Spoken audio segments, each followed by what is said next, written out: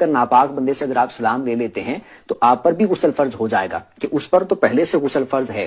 آپ نے اس ناپاک بندے کے ساتھ یا ناپاک عورت کے ساتھ کسی عورت نے اس طرح سلام لے لی تو اس کا غسل ٹرانسفر ہو کر آپ کی طرف آ جائے گا, کیونکہ غسل فرض ہونے میں یہ صلاحیت موجود ہوتی ہے کہ جب وہ کسی پر فرض ہوتا ہے تو کوئی دوسرا بندہ اس کے ساتھ اگر ٹچ ہو جائے یا سلام لے لے تو وہ ٹرانسفر ہو کے چھلانگ لگا کے دوسرے بندے میں بھی شامل ہو جاتا ہے. بسم اللہ الرحمن الرحیم. بسم اللہ وحدہ والصلاۃ والسلام علی رسول اللہ, اما بعد.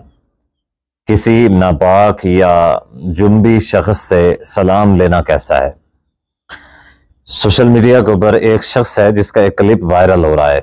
بظاہر وہ مولوی ہے اور وہ یہ بتا رہا ہے کہ اگر کوئی شخص کسی ناپاک شخص سے, کسی جنبی شخص سے سلام لے لیتا ہے, ہاتھ ملاتا ہے, اس کو ٹچ کرتا ہے تو اس کی جو ناپاکی ہوتی ہے وہ ٹپک کے اس کے پاس آ جاتی ہے, وہ خود بھی ناپاک ہو جاتا ہے. لہٰذا اب اس کے اوپر بھی غسل فرض ہو جاتا ہے. تو اس کی کیا حقیقت ہے یہ مختصر انشاءاللہ آپ لوگوں کے سامنے واضح کریں گے. دیکھیں, بالکل ایسا نہیں ہے کہ جو ناپاک ہے یا جنابت کی حالت میں ہے, عورت ہے, مرد ہے, حیض کی حالت میں ہے عورت, اس سے یعنی اگر ہاتھ ملانے والا شخص ہے, اس کا کوئی ہے یا اس سے ٹچ ہوتا ہے تو اس سے بالکل بھی نجاست نہیں لگتی, اس کے اوپر بالکل بھی غسل واجب نہیں ہوتا ہے. بخاری میں حدیث ہے کہ نبی علیہ الصلوۃ والسلام بازار میں آپ علیہ الصلوۃ والسلام کی ملاقات سیدنا ابو ہریرہ رضی اللہ تعالیٰ سے ہوئی. حضرت ابو ہریرہ رضی اللہ تعالیٰ نے نبی علیہ الصلوۃ والسلام سے سلام لینے کے بجائے جب آپ کو دیکھا تو واپس دوڑ لگا دی, اپنے گھر میں گئے, جلدی جلدی سے غسل کیا, پھر نبی علیہ الصلوۃ والسلام کی خدمت میں حاضر ہوئے.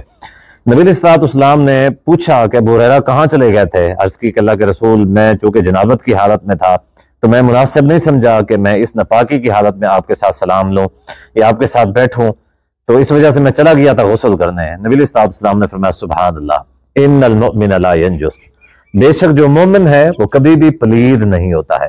ٹھیک ہے, اس کا مطلب کیا ہے کہ جو جنابت کی حالت میں ہے اگرچہ اس کے ساتھ سلام بھی لیا جا سکتا ہے, بیٹھا بھی جا سکتا ہے, اس کے ساتھ کھانا بھی کھایا جا سکتا ہے, الغرض یعنی جو مباح کام ہے ہر وہ کام کیا جا سکتا ہے. اسی طریقے سے اگر کوئی عورت حیض کی حالت میں ہے تو وہ بھی کیا کر سکتی ہے, اس کو یعنی ٹچ کرنا ہے, اس کو ہاتھ ملانا ہے یا ایسا کچھ ہے, تو جس شخص کے لیے اس کا ہاتھ ملانا جائز ہے بالکل ملا سکتا ہے. اس صورت میں کسی قسم کی کوئی شرعی یعنی قباحت موجود نہیں ہے. حدیث ہے کہ سیدہ عائشہ رضی اللہ تعالیٰ عنہا فرماتی ہیں کہ نبی علیہ الصلوۃ والسلام نے مجھے فرمایا کہ آپ مجھے مسجد میں سے جائے نماز پکڑاؤ. تو سیدہ عائشہ رضی اللہ تعالیٰ عنہا فرماتی ہیں کہ میں نے نبی علیہ الصلوۃ والسلام سے عرض کی کہ اللہ کے رسول انا حائض, کہ میں تو حیض کی حالت میں ہوں. نبی علیہ الصلوۃ والسلام نے فرمایا کہ ان حیضاتا کی لیست فی یدکی, کہ یہ جو تیرا حیض ہے تیرے ہاتھ میں نہیں ہے, یعنی ہاتھ میں حیض نہیں ہے, جائے نماز پکڑی جا سکتی ہے, پکڑائی بھی جا سکتی ہے, ہاتھ کے ساتھ ہاتھ ٹچ بھی ہو سکتا ہے. اس صورت میں کسی قسم کی کوئی ایسا نہیں ہے کہ جیسے نجاست ایک سے دوسرے کے اوپر چھلانگ لگا دیتی ہے, وہ بندہ ناپاک اور پلید ہو جاتا ہے تو اب اس کے اوپر غسل فرض ہو جاتا ہے. یہ ساری باتیں من گھڑت ہیں.